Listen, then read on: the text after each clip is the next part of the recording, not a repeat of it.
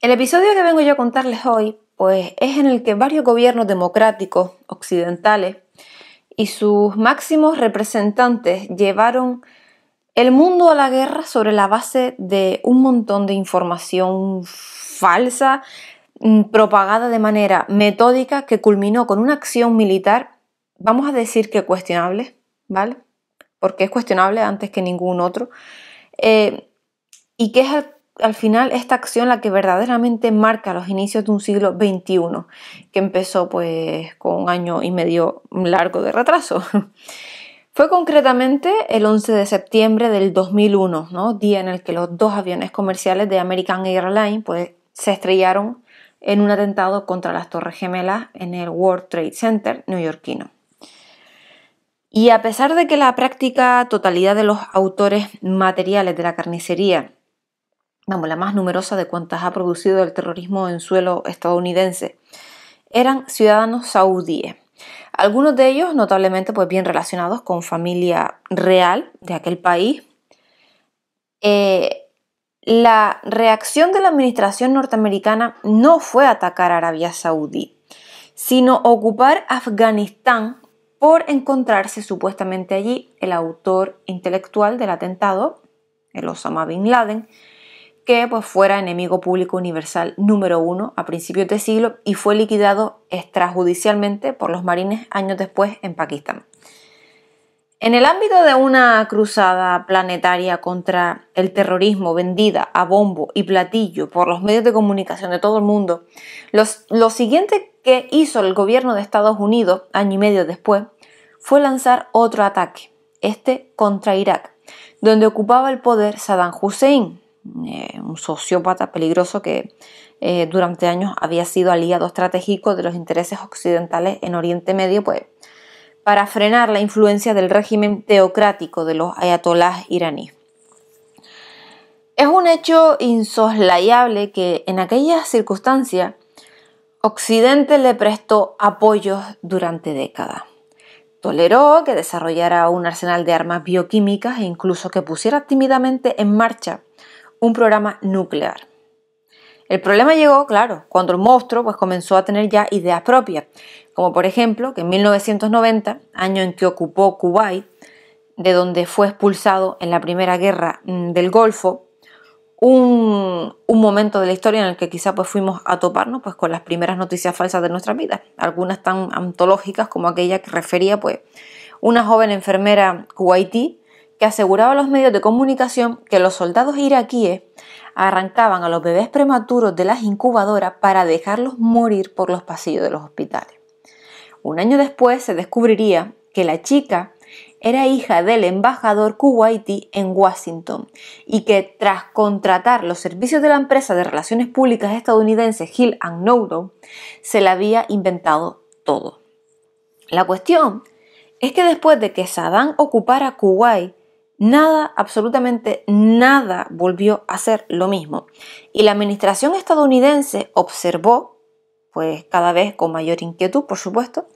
unos movimientos que revelaban que el antiguo aliado en la región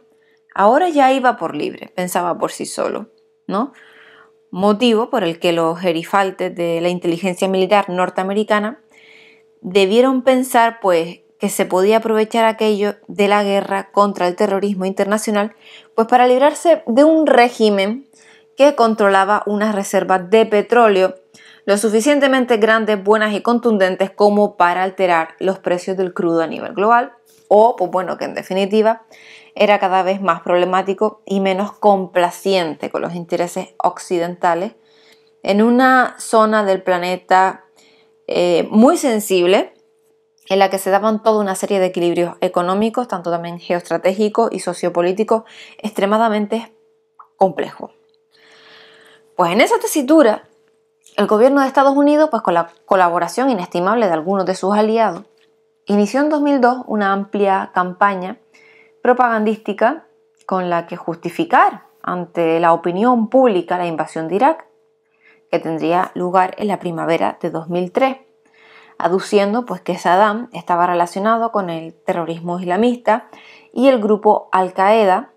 o pues que disponía también de un arsenal de armas de destrucción masiva con el que podía atacar una capital europea en cosa de 45 minutos. Esto fue en palabras del que fuese primer ministro británico, Tony Blair. La verdad es que una vez culminada una operación militar que, según algunas fuentes, costó más de 100.000 vidas, jamás se llegaron a documentar de manera fehaciente vínculos significativos entre el terrorismo islamista y el régimen iraquí, o que el dichoso arsenal bioquímico masivo de Saddam jamás y nunca apareció, probablemente porque ya había sido neutralizado por las Naciones Unidas a mediados de los 90 y desmantelado casi definitivamente después por los propios norteamericanos en una operación de bombardeo llamada Desert Fox. Pero bueno, capítulo aparte, en el ámbito de lo que fue una campaña desinformativa global sin precedentes, merece la intervención estelar del que fuera secretario del Estado de la administración Bush, Colin Powell, ante el Consejo de Seguridad de las Naciones Unidas el 5 de febrero de 2003. Y allí Powell hizo una larga presentación de supuestas pruebas para demostrar que el régimen de Saddam tenía armas de destrucción masiva que amenazaban la paz mundial. Hoy sabemos, hoy en día, que la información era falsa, que puso el acento en los detalles más comprometedores para el régimen iraquí, que maquilló datos, declaraciones, indicios que en definitiva trabajó para justificar la invasión e intentar engañar al mundo entero, que nunca se lo tragó del todo,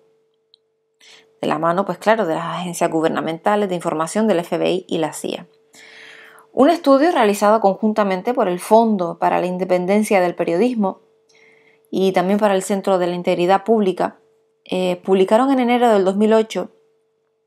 y es que supuestamente contabilizó hasta 935 declaraciones falsas realizadas por cargos destacados de la administración Bush entre 2001 y 2003. Tanto él como sus colaboradores y otros altos funcionarios dijeron al menos en 532 ocasiones que Irak tenía armas de destrucción masiva, que intentaba producirlas o conseguirlas, y 403 que el régimen de Saddam estaba estrechamente vinculado con Al-Qaeda. El trabajo de una minuciosa abrumadora, revela que el presidente de los Estados Unidos, George W. Bush, hizo personalmente 260 declaraciones sobre el tema, basadas en falsedades y mentiras, 232 sobre las armas de destrucción masiva y 28 sobre la relación entre el grupo terrorista y Saddam Hussein. Solo Powell mintió más que el presidente sobre las dichosas armas, 254 veces.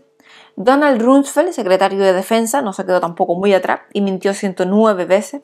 las mismas que Ari Fleischer, un alto responsable de prensa de la Casa Blanca, y su sucesor en el cargo, Scott McClellan, que lo hizo 14. Paul Wolfowitz, su secretario de Defensa, lo hizo 85, Condoleezza Rice, asesora de Seguridad Nacional, 56, y Dick Cheney, vicepresidente, 48. Años después, llama la atención cómo, sobre todo a partir de finales de 2005, poco a poco, aquellas destacadísimas personalidades de la administración norteamericana que invirtieron su prestigio en convencer a la opinión pública occidental de que Saddam era un peligro para todos, ya empezaron a desdecirse. No solo lo hizo Powell en un libro de tono biográfico que escandaliza por su autocomplacencia, sino también McClellan,